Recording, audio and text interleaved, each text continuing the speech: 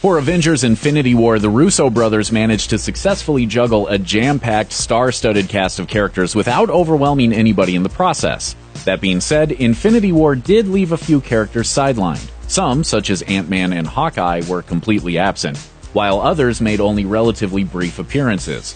The Hulk fell into the latter category.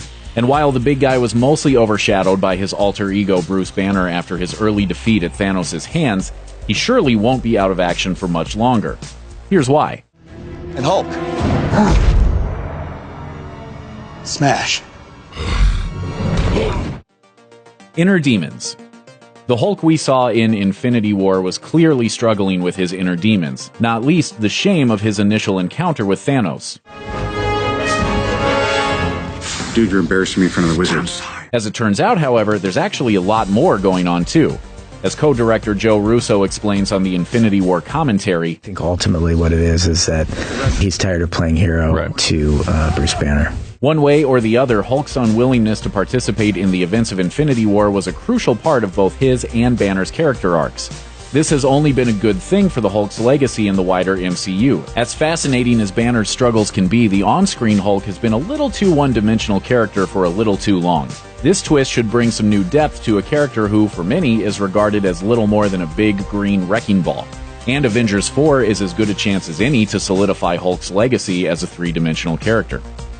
Jekyll meets Hyde. In 2018, Mark Ruffalo hinted at a rocky future for the relationship between Bruce Banner and the Hulk. And the only one who Banner probably dislikes more than anything else is Hulk. And they're headed for a showdown. That showdown he mentions never really occurred in Infinity War, leaving the door wide open for these warring personalities to clash in Avengers 4. Between Ruffalo's remarks about a Hulk-Banner showdown and the Russo statements about Hulk getting tired of bailing out Banner, Avengers 4 could even be the point at which the MCU gets its first taste of Professor Hulk, a character created in the comics when Hulk and Banner united into a single personality, combining the latter's brains and the former's brawn. Avengers 4 concept art leaked in 2018 depicting the Hulk in an Avengers team outfit would seem to back up this possibility. Running the gauntlet. Some fans have suggested that in Avengers 4, Tony Stark will end up going back in time, gathering up past versions of the Infinity Stones along the way in order to build his own Infinity Gauntlet. And if he succeeds, it stands to reason that somebody with a fair amount of heft is going to be needed to wield it once it's made. The idea that this gauntlet-slinging giant could be Hulk becomes even more appealing when you take a Professor Hulk scenario into consideration. If the Hulk and Banner do join forces and don an Infinity Gauntlet, it's hard to imagine that it wouldn't be a powerful enough combo to put Thanos out of action once and for all. A one-sided fight. Another Avengers 4 rumor posits that, at some point during the movie, the Hulk will end up losing an arm. But let's be completely honest here, it's not like he'd be the first. Do I look like Iron Man? Stark is... I'm sorry. I'm sure that's gonna be okay. So what could possibly happen that would lead to Earth's greenest hero losing his arm? 3 words: Stark's Infinity Gauntlet. If the Hulk were to take on Thanos, gauntlet against gauntlet, it would stand to reason that the only way to win would be the removal of the opponent's gauntlet, by whatever means necessary. Take all these pieces and put them together, and you get a picture of Banner and Hulk uniting into Professor Hulk, wielding an Infinity Gauntlet against Thanos and losing an arm in the process. Wild conjecture?